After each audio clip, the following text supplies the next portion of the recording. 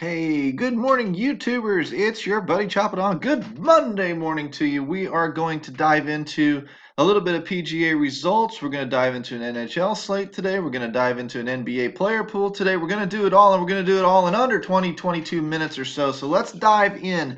The first thing I got to tell you, of course, is follow me out on Twitter at Chop It On, and also use the link in the comment section down below to become a VIP member at dfsarmy.com, your one-stop shop for all things daily fantasy sports. All sports covered, coaching content and tools that put Army hats on tops of leaderboards. And I'm going to show you a little bit of the proof right now.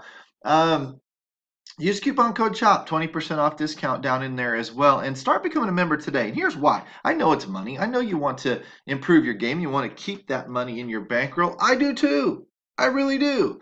So I've got a couple of options for you. Number one, obviously the 20% off discount code. Number two, we don't blow smoke up your butt. We're honestly trying to help you get better. Number three, March Sweeps is going to debut today. I have bought 1, 2, 3, 4, 5, at least 5, maybe 6 memberships since December 1st this year, and I'm going to buy more. Every single month, you retweet some of my articles. When I ask for the retweet and you follow me back, you're going to get entered into a sweepstakes drawing where somebody, 1, 2, maybe 3 members every month are going to get bought full VIP memberships. And I don't care if you're already a member, don't care if you become a member. So there's really no benefit to waiting and trying to play the free game. Jump in here now and I'll reimburse you. It's that simple. So follow me out on Twitter at Chopadong. I want to show you really quickly. Hey, I know real golf. I don't know DFS golf. But because of the content tools and coaching, and of course, the coaching, I was able to ask a few questions, pick apart a few stats, and boom, put together a solid winner at Waste Management. This was the first week I actually ramped up my play. I put a buck here, buck there, played a little GPP, whatever kind of game. Now, I get asked this all the time. This is tip number 1 today. When you get into a new sport and you're going, God, what are my best odds to win? I should be playing 50-50s. That's true, but that's wrong. You might get lucky.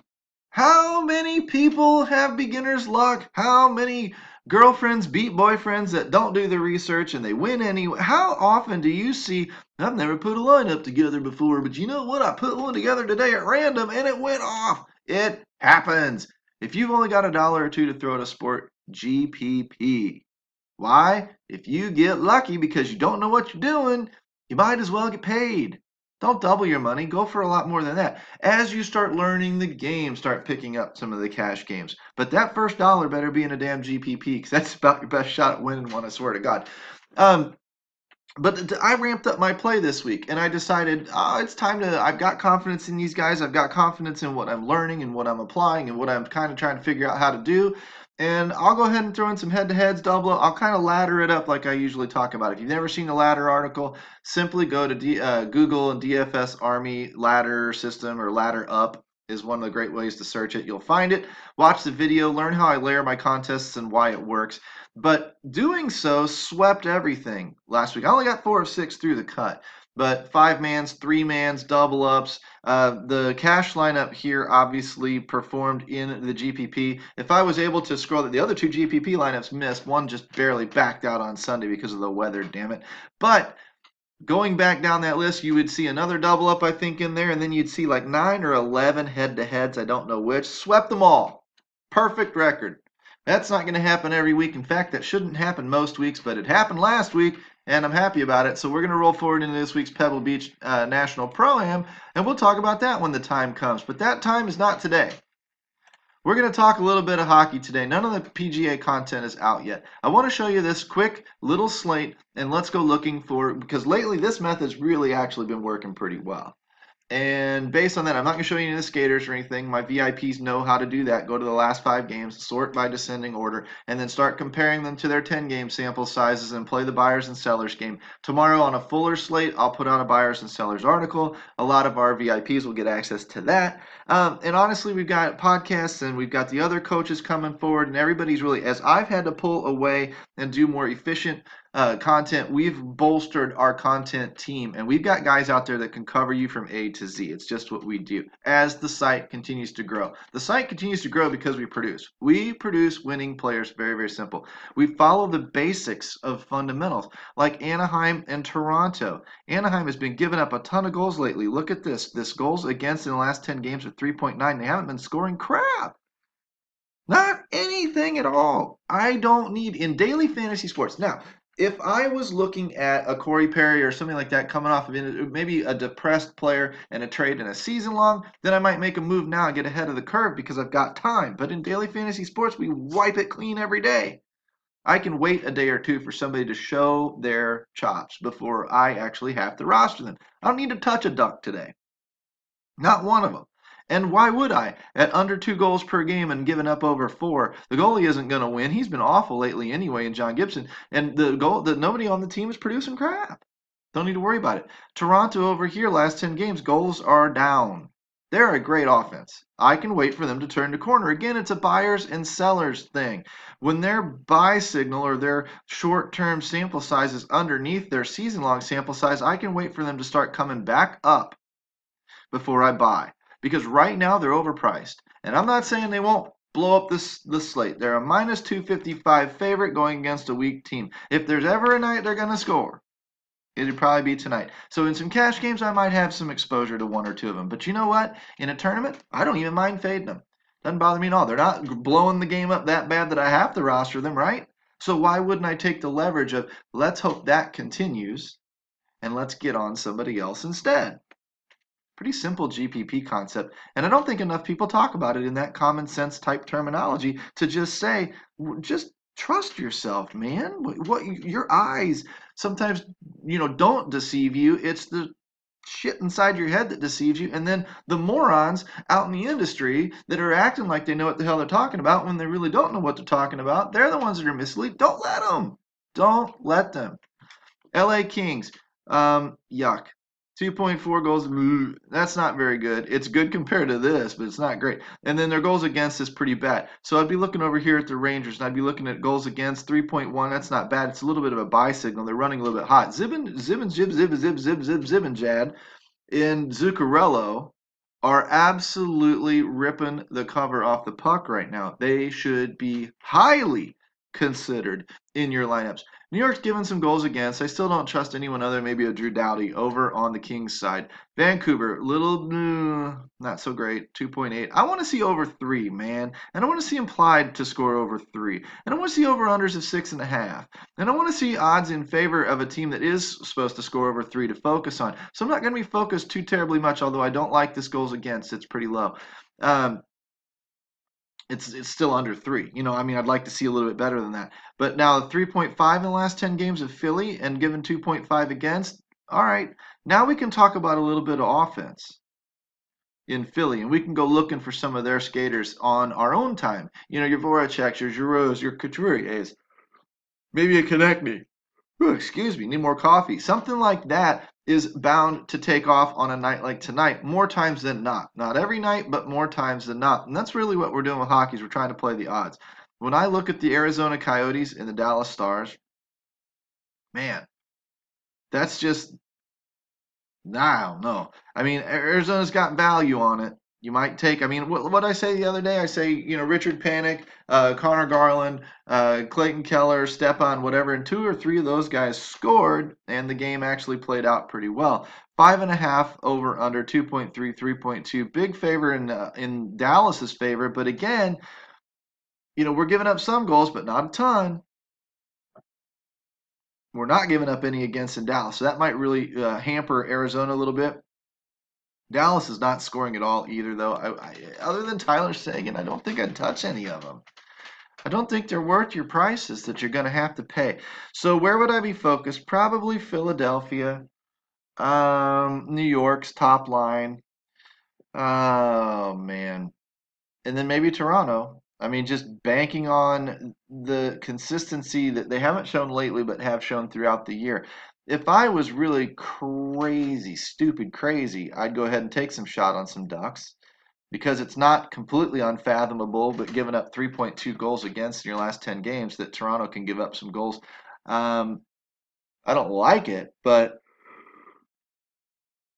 we won it. We won it off of New Jersey a week ago. Couldn't see where New Jersey was going to score, but took the chance on them anyway, and they won, and so did we. Kings.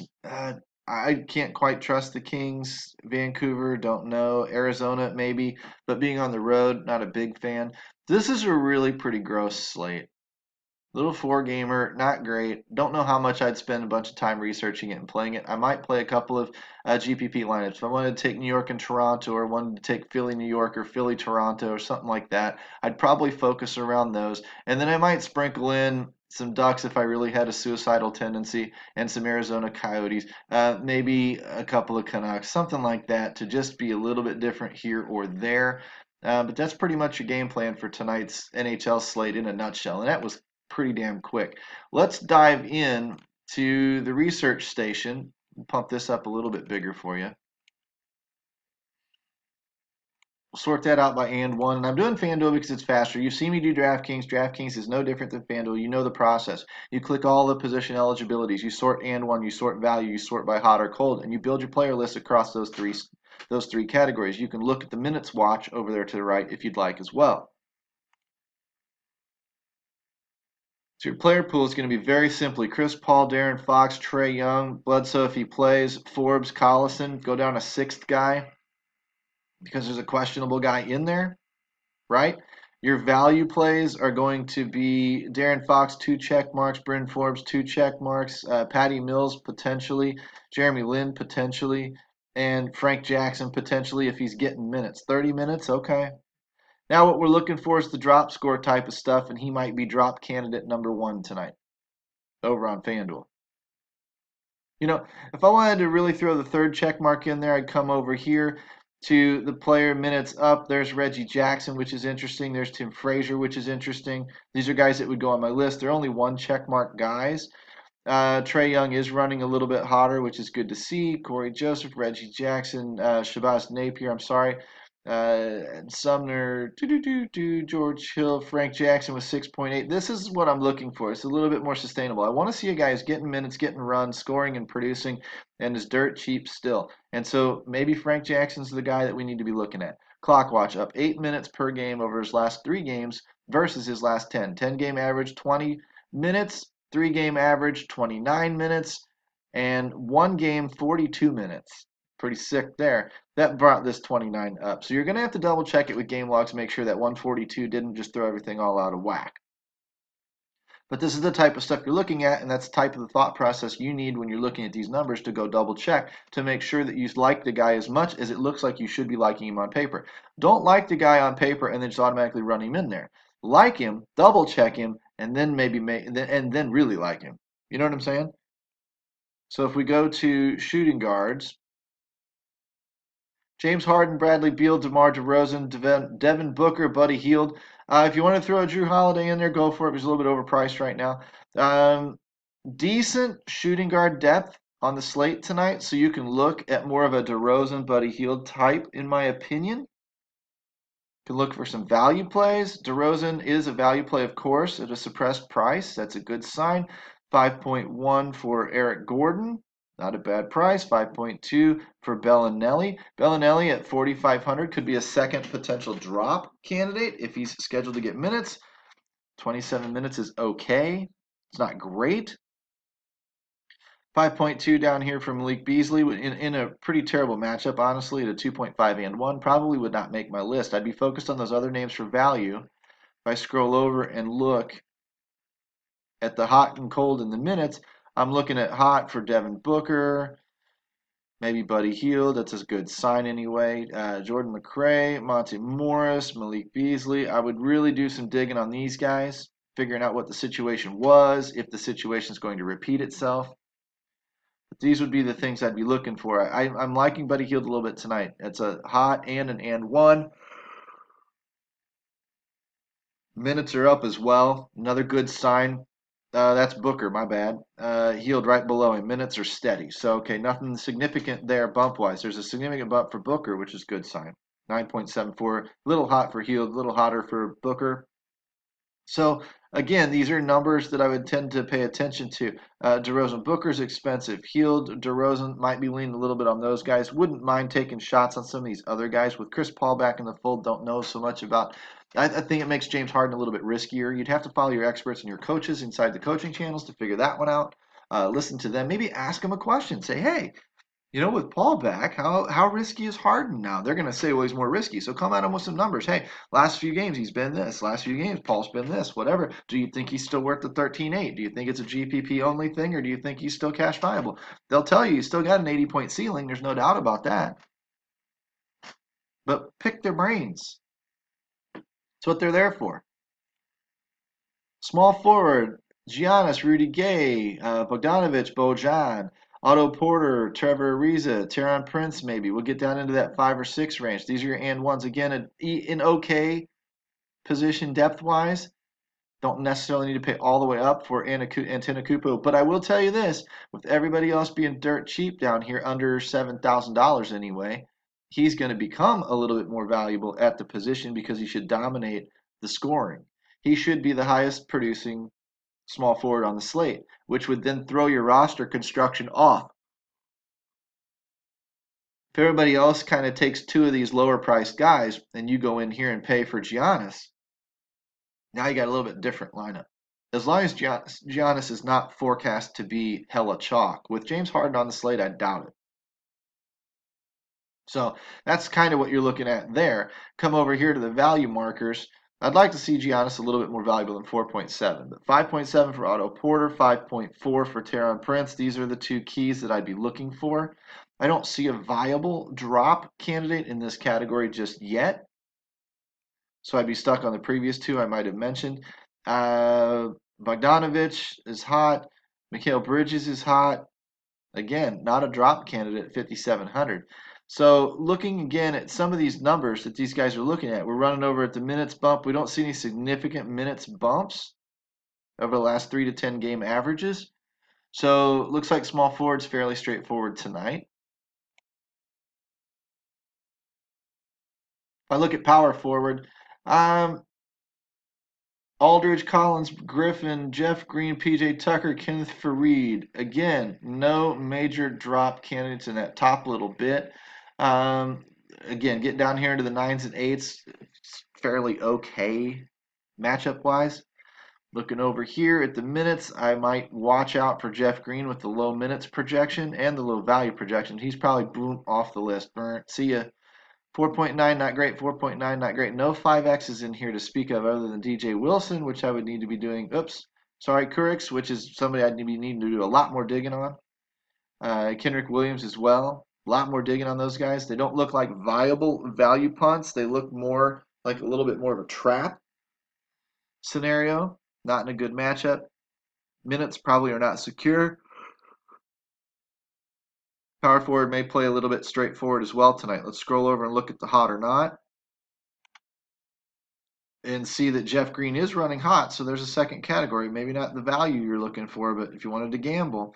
Is that Thad Young? No, that's Josh Jackson at 6 points up over his 10-game average. Kenrick Williams probably because he didn't play hardly at all in the previous 10 games. Coming over here at minutes, no significant minutes bumps. Josh Jackson is getting one, though. If that is sustainable, Jackson becomes a little bit of a value play. Perhaps. Minutes are up, points are up. Josh Jackson tonight, 32 minutes. 4.5x is kind of nasty. But might be worth taking a shot at tonight. Miles Turner, Jokic, Brolo, Dedmon, Drummond. These are your guys you're looking at the center spot tonight. Again, not a terribly weak position, so there's a little bit of price flexibility. Looking over here at the value metrics, again, not a great slate. It looks like there's a couple of value pieces dropping off. Jarrett Allen is a value piece. Okafor, if you're going to go at him at 7,500, is still a value piece, but he's got a piss poor matchup in a tough defense facing Indiana.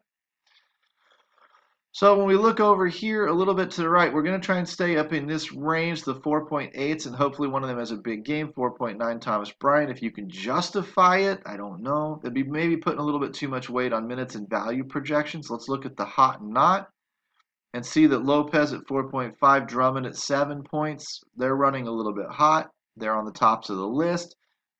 Worth looking into. Doesn't look like there's any hardcore 3-listers except early on point guard, shooting guard types. After small forward, it got pretty ugly pretty quick. Pretty straightforward small forward and power forward, and a little bit ugly here at center.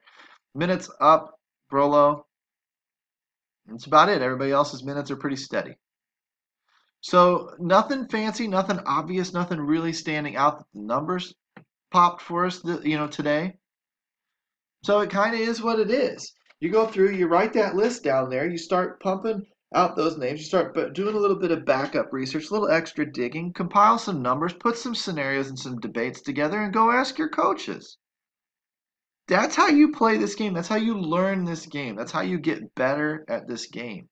And that's what it's all about. It's what you're investing for. If not, can you survive on a player pool like mine alone? I don't know. Maybe if you got a little bit of background knowledge. The background knowledge, honestly, for me, even came from the coaches.